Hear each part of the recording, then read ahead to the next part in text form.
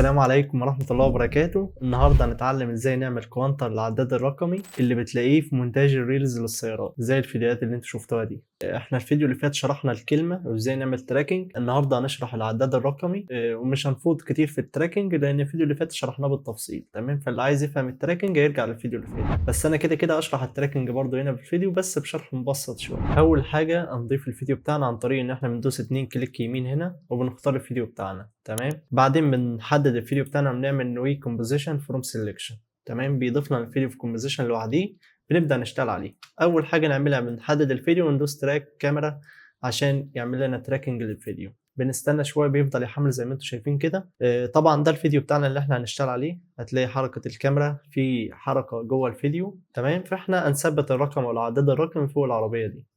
تمام كده خلص التراكنج معانا. زي ما انتم شايفين ظهر لنا كده نقاط متثبته جوه الفيديو. بنحدد الفيديو بتاعنا بنروح لقائمه الافكت كنترول، بنحدد 3 دي كاميرا تراكر وبنحدد اي 3 نقاط او اي شويه نقاط متجمعين في المكان اللي احنا هنحتاج ان احنا نثبت فيه الكلمه. زي مثلا عايز اثبتها فوق العربيه فهنحدد على العربيه مثلا، نختار المكان ده وبندوس كرييت تكست اند كاميرا. بيضيف التكست معانا، مش هنعدل فيه اي حاجه دلوقتي. على طول بنحط عليه افكت عن طريق ان احنا بندوس كنترول سبيس.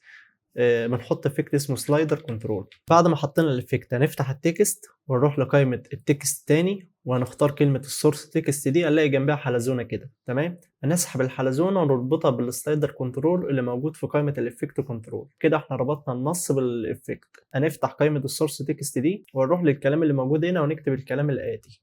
هنكتب ماس وهنتاكد ان حرف الام كابيتال. تمام، والباقي سمول عادي وندوس دوت او نقطة راوند. كل الكلام ده سمول عادي. نفتح قوس ونمسح القوس اللي جنب القوس اللي احنا عملناه ونيجي في الاخر كلمة ونيجي في اخر الكلام ونقفل القوس تاني.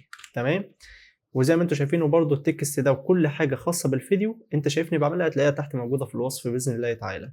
تمام كده ضفنا الفيديو بتاعنا. هتلاقي الكلمة اتحولت لرقم. هنظبط البوزيشن بتاعها عن طريق ان احنا بنتحكم من خلال الحاجات اللي انتم شايفينها دي او الابعاد دي. تمام، لحد ما نشوف الكلمة ظابطة معانا. ونحاول نصغر شوية وبعدين بندوس على بنروح لقائمة السلايدر كنترول بندوس على علامة الساعة دي. تمام، او الواتش دي.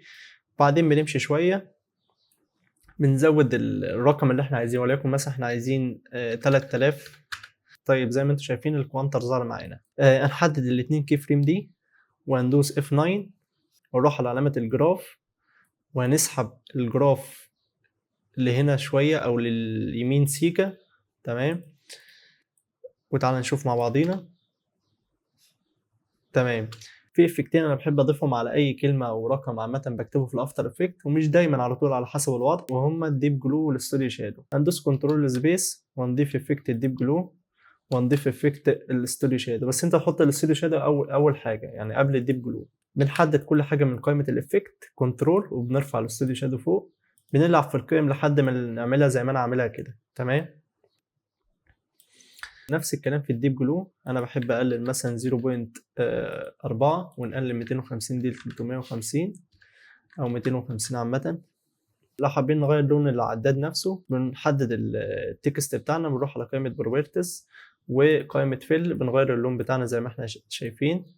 تمام زي الفل. لو عايزين برضو نعدل البوزيشن بتاعه مفيش مشكله عادي بنعدله. تمام، حاجة أخيرة وهي أهم حاجة.